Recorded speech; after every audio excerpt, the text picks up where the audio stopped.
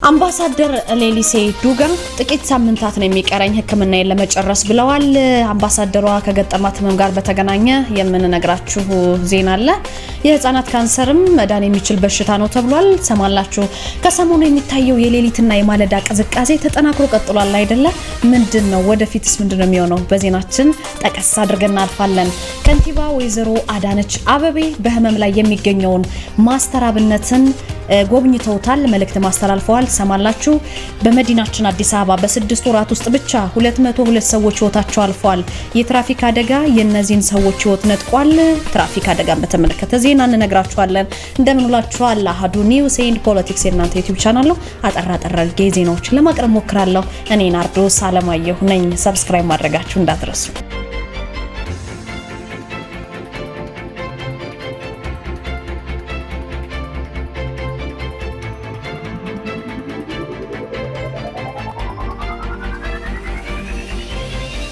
ስለ ካንሰር ስንናገር በህፃናት ላይ የሚከሰት የካንሰር በሽታ በአግባቡ ህክምናው ከተሰጠ የመዳን እድሉ ወይም መዳን የሚችልበት አጋጣሚ በጣም ሰፊ እንደሆነ ተገልጿል። ባደጉት ሀገራት እንደውም ይሄ መዳን ምጣኔ ወደ 85% ከፍ ሲል በሀገራችን ኢትዮጵያ ግን በሌሎች ታዳጊ ሀገራትም ጭምር ቁጥሩ በጣም ዝቅተኛ ነው። በኢትዮጵያ በአመት እስከ 8000 የሚደርሱ ህፃናት በካንሰር እንደሚያዙ ይገለጻል። ህክምናውን የሚያገኘው ግን 25% የሚሆነው ብቻ ነው። የሚገርማችሁ በማህበረሰቡ ዘንድም የካንሰር በሽታ በህፃናት ላይ አይከሰትም በሚል የካንሰር በሽታ ራሱን የቻለ ምልክት ስለሌለው ሌሎች ልዩ ስያሜዎችን በመስጠት ወደ እንደ ባህላዊ መንገድ ውስጥ በመግባት እንግዲህ የሚደረግ ህክምና ምክንያት የበርካታ በጣም ብዙ የሆኑ ህፃናት ህይወታቸው በየአመቱ ያልፋልና በህፃናት ላይ የሚከሰት ካንሰር በጊዜ በሰዓቱ ገና እንደተነገረ አስፈላጊው ህክምና ከተደረገ የሚድን በሽታ እንደሆነ የኢትዮጵያ ህፃናትና የደምና የካንሰር ህክምና ማህበር በተመሰረተበት ዕለት በጉልህ ሲነገር የሰማነው ጉዳይ ነው። የማህበሩ ፕሬዝዳንት ደግሞ ዶክተር አቤል ኃይሉ ናቸው። የማህበሩ መመስረት በካንሰር የተያዙ ልጆች በተወለዱበት አካባቢ መራቅ ብቻ የካንሰር ህክምና ሳያገኙ መሞት የለባቸውም በሚል ሞራላዊ ግዴታ ወይም እንደዚህ አይነት ነገር በዚህ ምክንያት ነው ሲሉ ተናግረዋል። ዶክተር አቤል ኃይሉ ግን በዝርዝር ስለበሽታው ምንድነው የሚሉት ነገር እናንተስ ውድ ቤተሰቦቻችን ስለ ካንሰር በተለይ ህፃናት ላይ ስለሚከሰት ካንሰር ምንድነው ያለን ግንዛቤ የሚለውን ስናይ ለካንሰር በሽታ የሚሰጠው ህክምና ከሌሎች በተለየ በክሊኒካል ህክምናው በተጨማሪም ማህበራዊና ስነልቦናዊ ድጋፍ ያስፈልገዋል።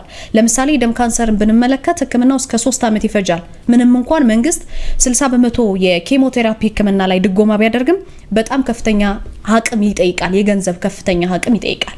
ከዚህ በተጨማሪ ይሄን ያህል ጊዜ አዲስ አበባ መጥቶ ህክምና ማድረግም ይከብዳል አይደለ? የማህበሩ መመስረት እንግዲህ የተለያዩ ድጋፎችን በማስተባበር እንደ ተስፋ አዲስ የመሰሉ ተቋማት የምታውቋቸው ከሆነ እነዚህን ተቋማት የህፃናት መደገፍ ህፃናትን ህክምናው እንዳያቋርጡ ያግዛቸዋል። በተለይ በአቅም ማነስ ምክንያት ነው አብዛኛው ሰው ህይወቱ የሚያልፈው ከፍተኛ ገንዘብ ስለሚወጣበት።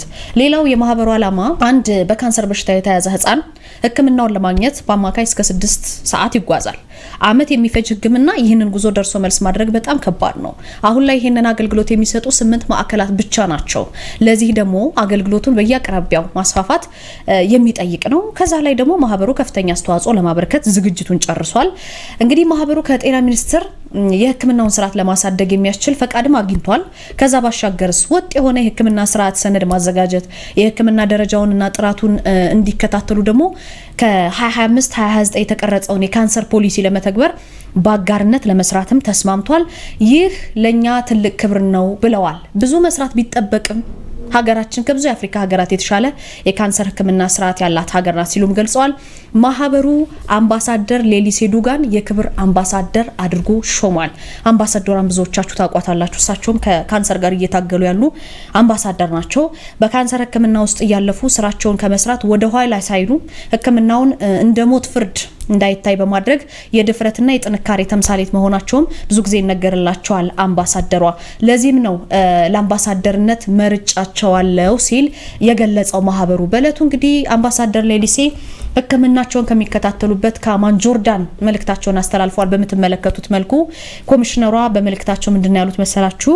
የህፃናት ካንሰር ምንም ያህል ትልቅ ደረጃ እንደሆነ በሚያሳይ መልኩ ራሱን የቻለ ማህበር ተቋቁሞለት ዛሬ ላይ መስራት በመቻሉ ትልቅ ቀን ነው ብዬ አስባለሁ የሚል መልእክት አስተላልፈዋል።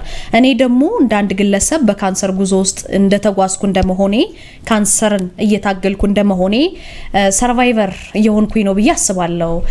በዚህ ቀን ላይ ነው ያለሁት ብለዋል ማለት ነው። በዚህ ቀን ላይ ሁኜ ስመለከተው ሰዎች ምን ያህል ተስፋ እንዳላቸው ሊሰራበት እንደሚችል የሰዎችን ህይወት ማዳን እንደምንችል የሚታወቅበት እኔም ራሴ አንዷ ተምሳሌት ነኝ በማለት ከካንሰር ጋር ምን ያህል ትግል እያደረጉ እንደሆነ ገልጸዋል። ድኜም ደግሞ ፈጽሞ ሪከቨር አድርጌ ወደ ሀገር ኢትዮጵያ ስመለስ የመጀመሪያ ስራዬ አደርገዋለሁ ይሄን ጉዳይ።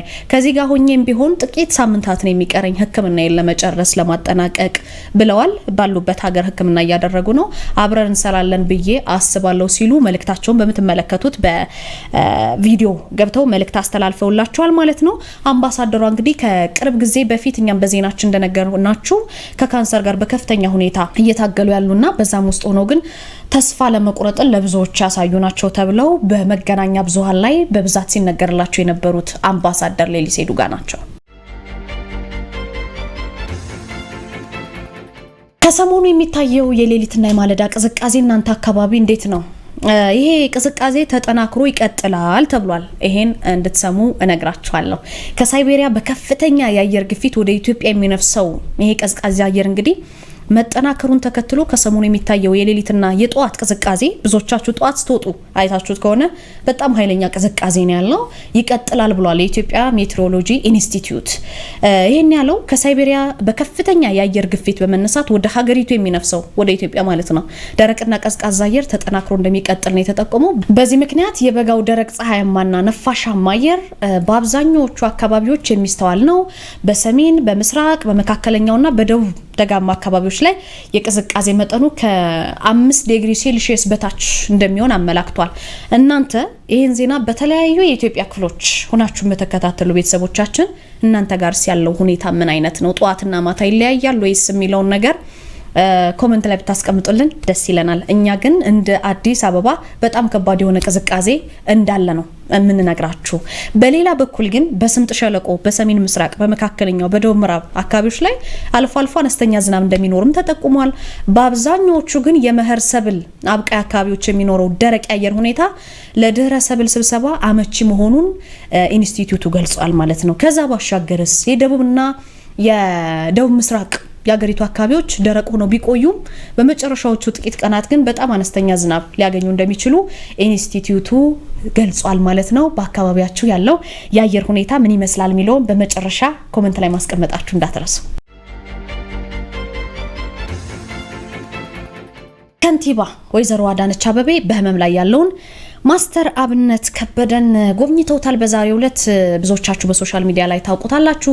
የአዲስ አበባ ከተማ አስተዳደር ከንቲባ ወይዘሮ አዳነች አቤቤ በበጎ አድራጎት ስራው የሚታወቀው ብዙዎቻችሁ በተለይ ቲክቶክ ፕላትፎርም ላይ ብዙ ሰዎችን ሲያግዝ ሲረዳ የምታውቁት ነውና በአሁኑ ጊዜ ታሞ ህክምና ላይ ነው የሚገኘው። በነገራችን ላይ በዚህ ወቅት በህክምና ላይ የሚገኘውን ማስተር አብነት ከበደን በአካል ተገኝተው ጎብኝተዋል። ከንቲባ አዳነች አቤቤ ለወጣቶች ያለውን አርአያነት አድንቀዋል፣ መልእክት ማስተላልፈውለታል። በማህበራዊ በጎ አድራጎት ስራ ለብዙ ወጣቶች ምሳሌ የሆንከው ማስተር አብነት ፈጣሪ አምላክ ሙሉ ለሙሉ እንዲፈውስህ ጸሎታችን ነው።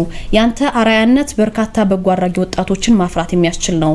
ማስተር አብነት ከበደ በተለይ አቅመ ደካሞችን በመርዳትና በማህበራዊ አገልግሎቶች በማቅረብ ረገድ ላበረከቱ አስተዋጽኦ በርካታ ኢትዮጵያውያን ዘንድ ከፍተኛ ፍቅርና አክብሮት ያለው ወጣት ነው። በርካታ ሽልማቶችንም ተሸልሟል። በነገራችን ላይ በጣም ብዙ የጎዳና ልጆችን አረጋያንን በመርዳት እግራቸውን በማጠብ አርአያ ሊሆን የሚችል ወጣት ነው። እንደውም ሶሻል ሚዲያን ለበጎ ዓላማ ከተጠቀሙ ወጣቶች መካከል በቀዳሚነት የሚጠቀስ ወጣት ነውና ቀደም ሲል የነገርኳችሁን መልእክት ከንቲባ ወይዘሮ አዳነች አቤቤ በአካል ተገኝተው ማስተር አብነት ከበደን አይዞ ፈጣሪ ካንተ ጋር ይሁን ሲሉ መልእክት አስተላልፈውለታል።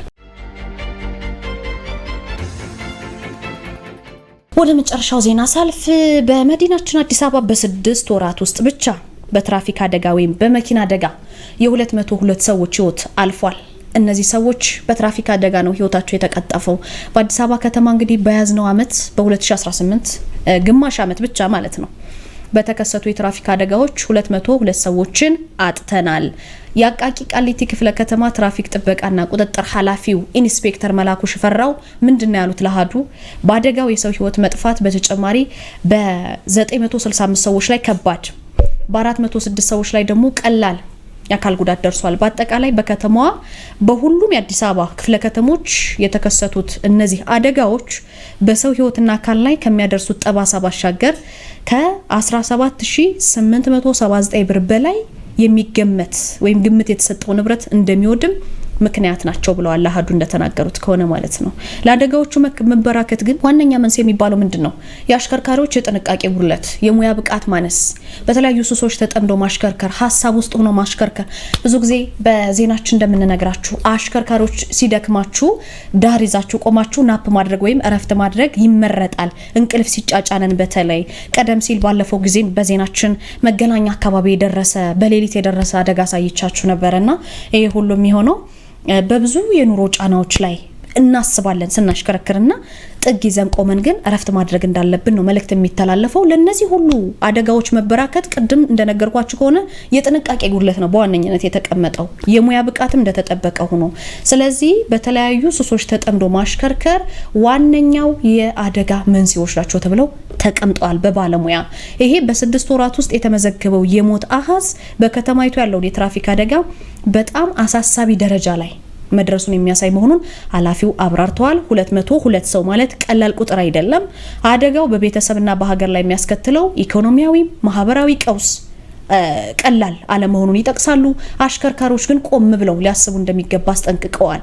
አሽከርካሪዎች ወይም ሾፌሮች የተሰጣቸውን የሙያ ስነ ምግባር ተላብሰው ደግሞ እያሽከረከሩ የራሳቸውንም ሆነ የዜጎችን ህይወት ከመጥፋት እንዲታደጉም ጥሪያቸውን አስተላልፈዋል።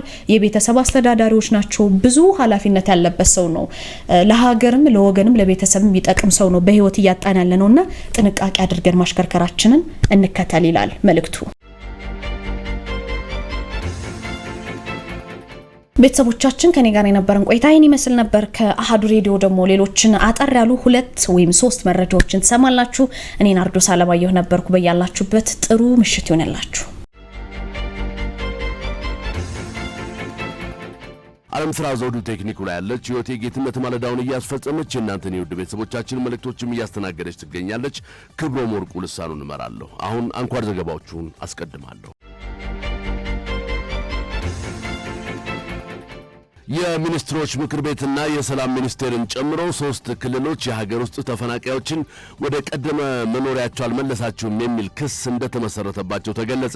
በኢትዮጵያ የሚገኙ በሚሊዮኖች የሚቆጠሩ ተፈናቃዮችን በዘላቂነት ወደ ቀደመ የመኖሪያ ቀያቸው ባለመመለሳቸው የሚኒስትሮች ምክር ቤት፣ የሰላም ሚኒስቴር እንዲሁም አማራ፣ ኦሮሚያና ትግራይ ክልሎች ላይ ክስ መመስረቱን ቅድሚያ ለሰብአዊ መብት ኢትዮጵያ የተባለ ድርጅት አስታውቋል። በፌደራል ከፍተኛ ፍርድ ቤት ልደታ ምድብ ችሎት እየታየ የሚገኘው ይህ ክስ ተፈናቃዮች ደህንነታቸው ተጠብቆ ወደ ቀድሞ ስፍራቸው እንዲመለሱ፣ ንብረታቸው እንዲመለስላቸውና መልሰው እንዲቋቋሙ ፍርድ ቤቱ ትዕዛዝ እንዲሰጥ የሚጠይቅ ነው።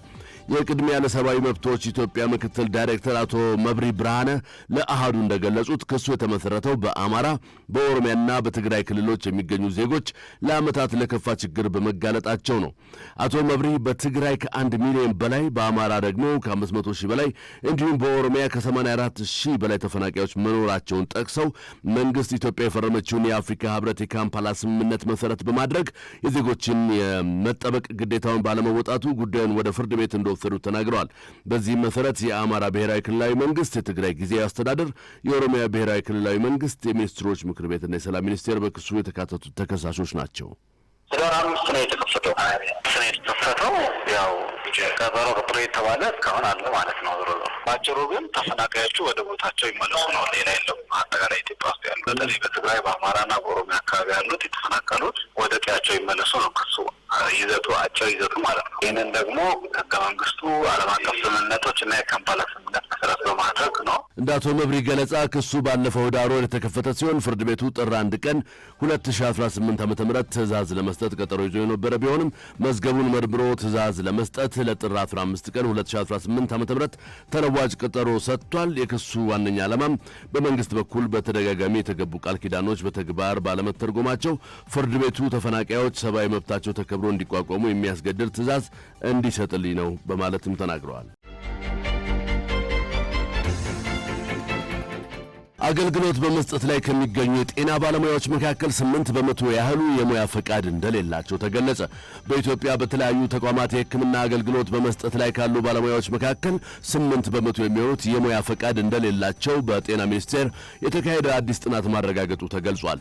ሚኒስቴሩ ለአሃዱ እንዳስታወቀው ምንም እንኳን የባለሙያዎች ቁጥጥር ከስርዓተ ትምህርት ቀረጻ ጀምሮ እስከ ብቃት ምዘና ፈተና ድረስ ጥብቅ ቢሆንም አሁንም ከተገቢው አካል ሕጋዊ ፈቃድ ሳይወስዱ በአገልግሎት ላይ የተሰማሩ ባለሙያዎች እንዳሉ በጥናት ተረጋግጧል። በአሁኑ ወቅት በአጠቃላይ 92 በመቶ የሚሆኑት ባለሙያዎች ሕጋዊ ፈቃድ ወይንም ላይሰንስ ያላቸው ሲሆን ከነዚህ መካከል ፈቃዳቸው ንቁ ወይም አክቲቭ ሆኖ በማገልገል ላይ ያለው የ77 በመቶዎቹ ብቻ ነው ተብሏል።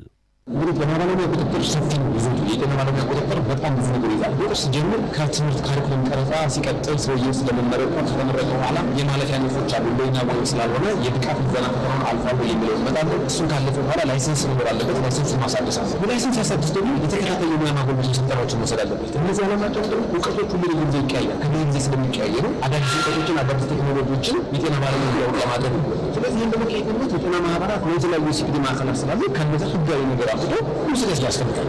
ግን እዚህ ያስመጣቀል አንዳንድ ቻሌንጆች ናቸው። ተቋማት የሚሰጡት የሲፒዲ ወረቀት አለ የሚሰጡት የሚያክል ሲፒዲ አሟልታ ወረቀት የሚሰጣል ለምንፈልገው ባለሙያው ተሰልጥኖ አሁን ደግሞ ወጥ እንዲህ ነው እና አንዳንድ የስልጠና የሚሰጡ አካላት ወረቀት እንደሚሰጡ ጥቆማ ይመጣል። በኢትዮጵያ የጤና ባለሙያዎች የብቃት ማረጋገጫ ፈተና ከ2011 ዓ.ም ጀምሮ በአመት 3 ጊዜ እንደሚሰጥ ያነሱት አቶ እንዳልካቸው የዚህ አሰራር መጀመር ትልቅ ለውጥ ማምጣቱንም ተናግረዋል። ፈተናው ለመጀመሪያ ጊዜ በተሰጠበት ወቅት ፈቃዳቸው ጸንቶ የሚሰሩት ባለሙያዎች 56 በመቶ ብቻ የነበሩ ሲሆኑ 44 በመቶ ህጋዊ ፈቃድ ያልነበራቸው አሊያም ፈቃዳቸው በህግ የማይታወቅ እንደነበርም አስታውሰዋል። በጋምቤላ ክልል በሙርሌ ታጣቂዎች ጥቃትና በውሃ እጥረት ምክንያት ትምህርታቸውን የሚያቋርጡ ተማሪዎች ቁጥር ከጊዜ ወደ ጊዜ ማሻቀቡ ተገልጿል። በጋምቤላ ክልል የሚገኙ ተማሪዎች በሙርሌ ታጣቂዎች ጥቃትና ድርቅ ባስከተለው የውሃ እጥረት ምክንያት ተማሪዎች ትምህርታቸውን በከፍተኛ መጠን እያቋረጡ እንደሆነ የክልሉ ትምህርት ቢሮ አስታውቋል። ቢሮው ችግሩ በመማር ማስተማር ሂደቱ ላይ ከፍተኛ እንቅፋት እንደፈጠረበት የገለጸ ሲሆን በተለይም በታጣቂዎች የሚፈጸመው ጥቃት ማህበረሰቡን ለስደትና ለእንቅስቃሴ ስጋት በመዳረጉ ተማሪዎች ከትምህርት ገበታቸው እንዲርቁ ምክንያት ሆኗል ብሏል። የጋምቤላ ትምህርት ቢሮ ኃላፊ አቶ ኦጂሞ ጂኒ በታጣቂዎቹ ጥቃት ምክንያት ዜጎች አካባቢዎችን ለቀው የሚሰደዱበት ወቅት ከመደበኛው የትምህርት ጊዜ ጋር መገጣጠሙ ቀውሱን አባብሶታል ሲሉም ለአሃዱ ተናግረዋል። ናይጄሪያ ከአሜሪካ ወታደራዊ ቁሳቁስ ድጋፍ አገኘች። የአሜሪካ የአፍሪካ ኮማንድ አፍሪኮም ትላንት ምሽት እንዳስታወቀው ከሆነ የሁለቱ ሀገራትን የሁለትዮሽ የመከላከያ ትብብርን ለማጠናከር በሚል ዓላማ አሜሪካ ለናይጄሪያ ጦር ወሳኝ የተባለ ወታደራዊ አቅርቦቶችን ሰጥታለች ብሏል። የናይጄሪያ ጦር ከአሜሪካ ወታደራዊ ቁሳቁሶችን በድጋፍ መልክ ማግኘቱ በቀጣናው የሽብር ቡድኖችን ጥቃት ለመከላከል ይረዳዋል የተባለው ድጋፉ የጋራ የደህንነት ስራዎችንም ያጠናክራል ሲል አስታውቋል። የናይጄሪያ የጸጥታ ቀውስ ከቅርብ ጊዜያት ወዲህ ዓለም አቀፍ ትኩረትን ስቧል። ምክንያቱ ደግሞ አክራሪዎች በናይጄሪያ በሚገኙ ክርስቲያኖች ላይ ጥቃት መሰንዘራቸው ተከትሎ ነው። ከዚህም ከወራት በፊት የአሜሪካ መንግስት የናይጄሪያ መንግስት ሆን ብሎ ክርስቲያኖችን እያስገደለ ነው ሲል መክሰሱ የሚታወስ ሲሆን የናይጄሪያ መንግስት በበኩሉ ክሱን ውድቅ አድርጎታል። አሜሪካ ከናይጄሪያ መንግስት ጋር በመተባበር በሰሜን ምዕራብ ናይጄሪያ በሚገኙ የታጣቂ ካምፖች ላይ የአየር ድብደባ ፈጽማለች። ይህም የጸረ ሽብርተኝነት ትብብርና አክራሪ ኔትወርኮችን ለማዳከም የሚደረገው ጥረት አካል ነው መባሉ ይታወሳል። ዘገባው የሮይተርስ ነው። በኢራን መንግስትን ለማፍረስ የተቀሰቀሰው ህዝባዊ እምቢተኝነት መባባሱን የተባበሩት መንግስታት ድርጅት አሳሰበ።